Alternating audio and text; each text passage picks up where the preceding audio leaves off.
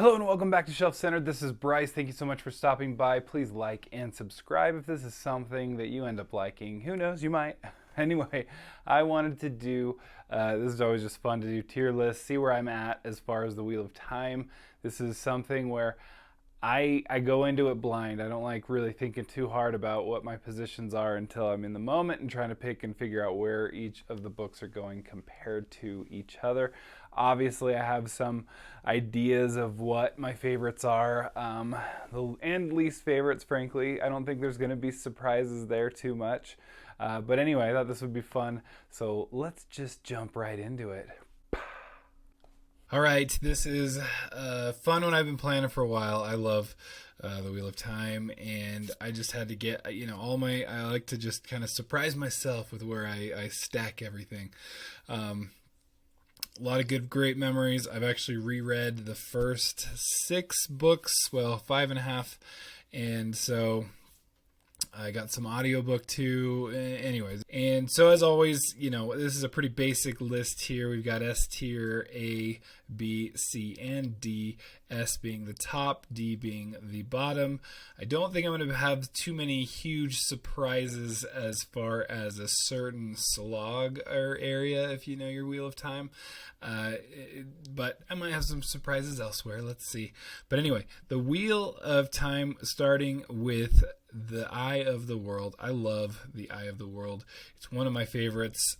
Just a great start, and I'm also a huge Tolkien fan, so I am not against the Tolkien similarities, which there are definitely they're there. It's a good setup to the world. Having reread this one now, so I've got 2 under my belt for this one. I think I'm going to give it a solid A tier. It's one of my favorites. I really like it. These might change, but since we're just starting out, A tier sounds good to me. The Eye of the World, Book 2. Let's see. Book 2, I think what it does is it kind of takes that more traditional Book 1 structure. We're not even just structure, just world and everything that's going on. And it starts to turn it. It starts to tell you, hey, this isn't the traditional story that maybe you're used to. I like how it does that. I think I'm even going to put this ahead of The Eye of the World. I've explained this in other videos about other series. I really love a good start to the series, and I think that it's kind of, especially for a 14/15 book series, there's the starting point right there. It's in the first 2 at least. Anyway, and especially since apparently this was supposed to be a trilogy starting out, and then I got away very fast, and I think Book 1 was supposed to end up where Book 3 ended up, so technically it's the start of the series. Not that I have to justify anything like that. The Dragon Reborn, this is one where I first definitely noticed the signs. I think there's some funny videos out there of people introducing the Wheel of Time to their friends and trying to get other people to read it, and then immediately going, it's so great, you're going to hate all these books. And all these books meaning a certain amount of the books in it. So Dragon Reborn is one where you've got a protagonist in Rand, clearly. The books do not equivocate on that, but for some reason the show had to. And instead of even having, I think is he like 5 pages worth on the whole book? That frustrated me my first time through. On my second time through, I did enjoy getting to know the other characters, knowing that, okay, they've got to get set up too, and we've got to get to know everybody in this whole crew, the main 5. And so, but it wasn't until the second time through that I really loved it. It was the first time that I was very frustrated. And so we're going to go with a B tier on that one. Let's see. Shadow Rising, we start with the Aiel section. Shadow Rising, though, is really good. Again, I loved... Again, having reread that I think helped a lot. The Shadow Rising is kind of where all the disparate, separate plots, because there's just so much going on, two rivers. You're at the two rivers. You're at the Aiel, right? And you're all over the place. You've got Tanchico and the White Tower itself. You've got just so many things, but it's where all the different plots are still exciting. You're like, oh my gosh, there's so many things going on, as opposed to certain books where you're like, oh, it just gets frustrating that it's like, are we seriously going to start another one, like we got to start run over this other place, but this is where it's exciting. Let's see. I'm going to go with, I think I liked it more than The Dragon Reborn. I know this is going to be a lot of A tier, apparently. All right, The Fires of Heaven. You've got another one where we're still creating more plots and more things and events and things to go follow and chase after, and instead of closing really anything up, but you've still got the Aiel, and you've got Rand kind of trying to figure out Kyrian, which is its own just mess of everything. And so this is I like Fires of Heaven a lot. Because of just a lot that's going on, and it is still, again, very exciting. You've got a really powerful and strategic Forsaken in Ravin, and it's like he's already like done his thing against Morgaze, and lots to go on there. Fires of Heaven, though, I don't think I liked it quite as much as trying to put it in here. There we go. I'm gonna go B tier. Still good, still in the portion that I absolutely love of the whole series. All right, Lord of Chaos. Lord of Chaos was one that is one of the most exciting. It's these get hard to place. Lord of Chaos, you start really getting into like Morgaze and trying to and figuring out what she's about and her struggles. But again, you got another plot line, and you've got Rebel Aes Sedai now. You've got Ashaman Ashaman. And then the huge climax at the end, one of the best ever in the whole series. But what I struggled with was you've kind of had this at least the progress was in you're like killing a Forsaken each book. And this was the first book where I realized, that was a crazy ending there, but you didn't even kill a Forsaken in this one. Like, you've got a lot to kill, and you've got a lot of books here. We've got and we still couldn't, with being the biggest 1,000-pager book, kill off at least a Forsaken. Like, come on. And so that was, I remember being like, wait a second. Like, I thought we were having at least some progress here, and that's really where I just feel like this is the setup for things kind of moving slowly. But I'm going to put it there. It's still, it's such a good climax there. It is really exciting. But then again, when I contemplated it a little more, it was like, wait, did we really even make as much progress as I was hoping? Plus that cover is definitely the first of the, well, maybe not the first, but it's a rough one. All right, we made it. It's the time of the slog. Oh my gosh. So the slog, what can be said that hasn't been said? And I don't care if I'm repeating, to be honest. Man, A Crown of Swords, I remember, starting it, getting halfway and going, it's not too crazy. This isn't, I can take the slog. It's not too bad. But here's one of my main frustrations with the whole series. And I know this one started in Lord of Chaos, but it really gets going here. But I remember even in Lord of Chaos going, wouldn't the solution to taking out or to addressing the problem of the whole world heating up and being too hot to grow crops or have all those issues, wouldn't the solution wouldn't that just be to accelerate defeating the Dark One? Isn't that the solution? I know maybe too obvious of a solution, Or, I guess, you can just have a whole different plot line going after the Bowl of the Winds. I was super frustrated with this whole plot line the whole time because it just felt like, oh, we needed a side quest because we've got to get all the characters in the right place. And here's what we're going to do is go do this thing that doesn't really matter when it comes down to, yeah, I mean, I guess people have to eat, but I'm like, all fantasy series ignore that whole part for the most part. They, you know, or have ways around it, but no, we're going to make it a whole plot point and not just spend one book, but multiple books going into this stupid Bowl of the Winds.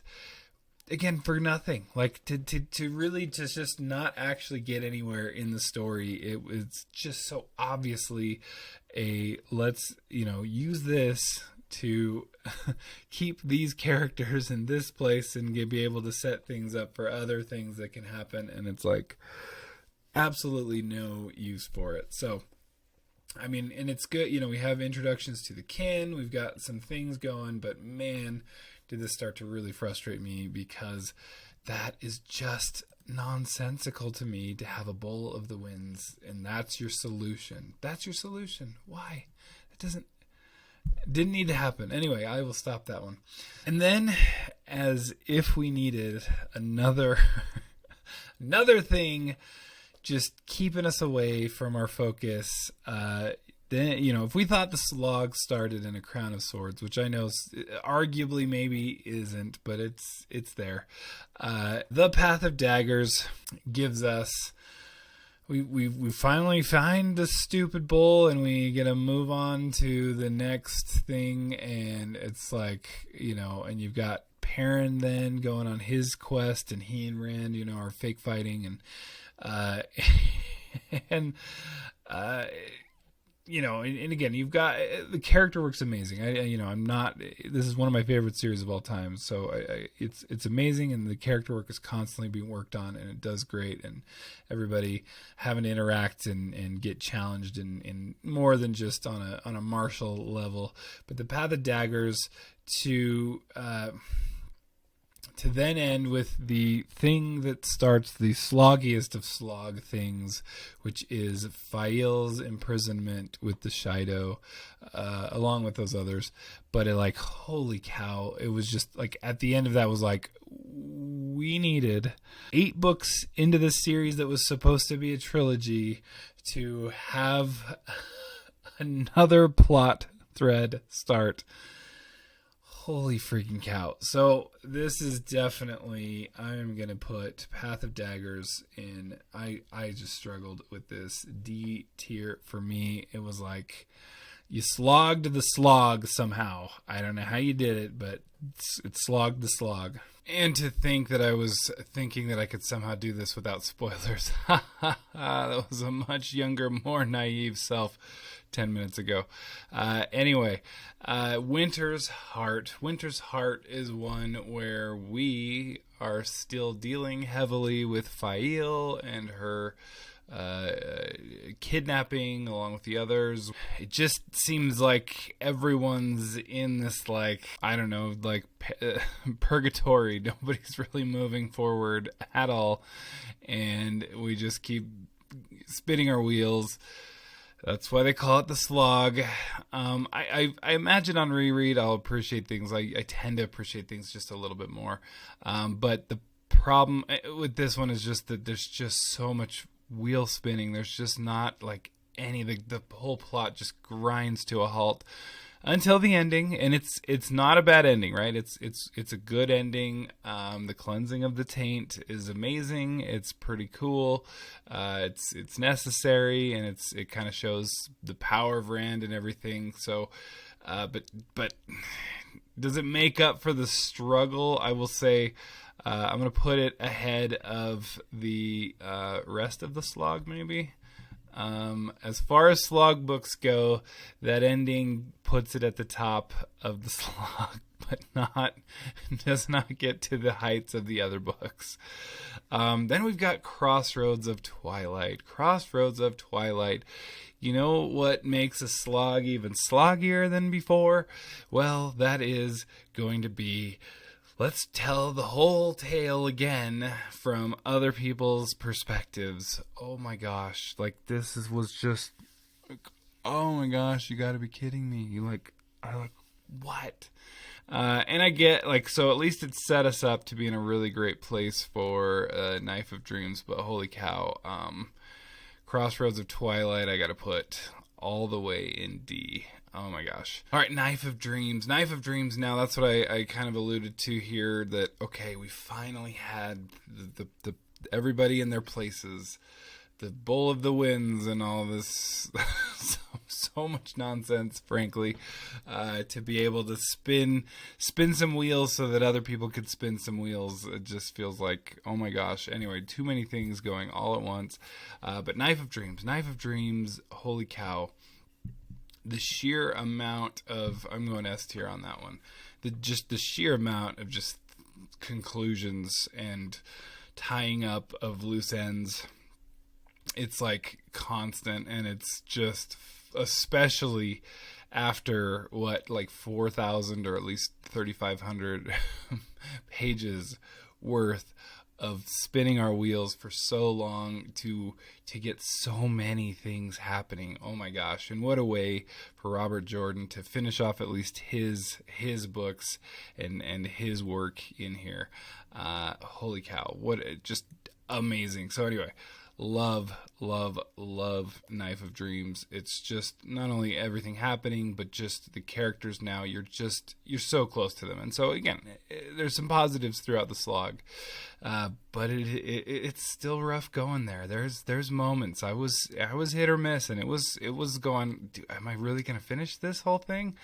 We got so many more books to go here when you're in the middle of that slog. And then anyway, Knife of Dreams makes it worth it.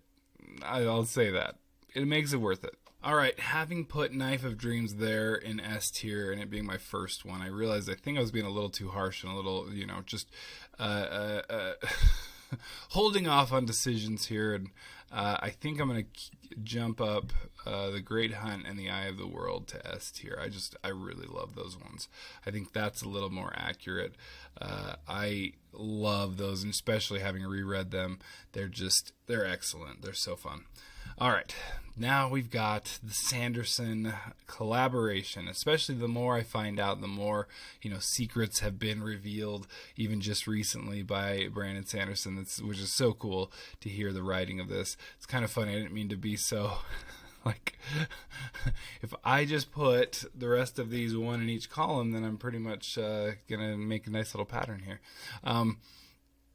Anyway, Gathering a Storm. So a couple things I think we learned about the Gathering Storm, about just the whole series. One, I learned that just no one really does character work better than Robert Jordan, and nothing against Brandon Sanderson, because that's the thing, is this whole book I'm going, how did he make this? It feels Wheel of Time.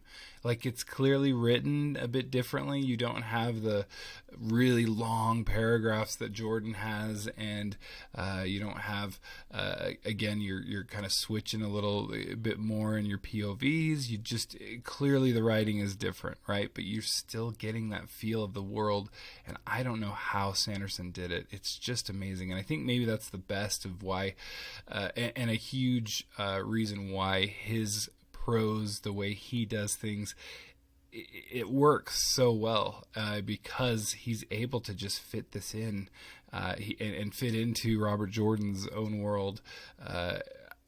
It's frankly amazing. So, having said all that, I was so impressed though with The Gathering Storm.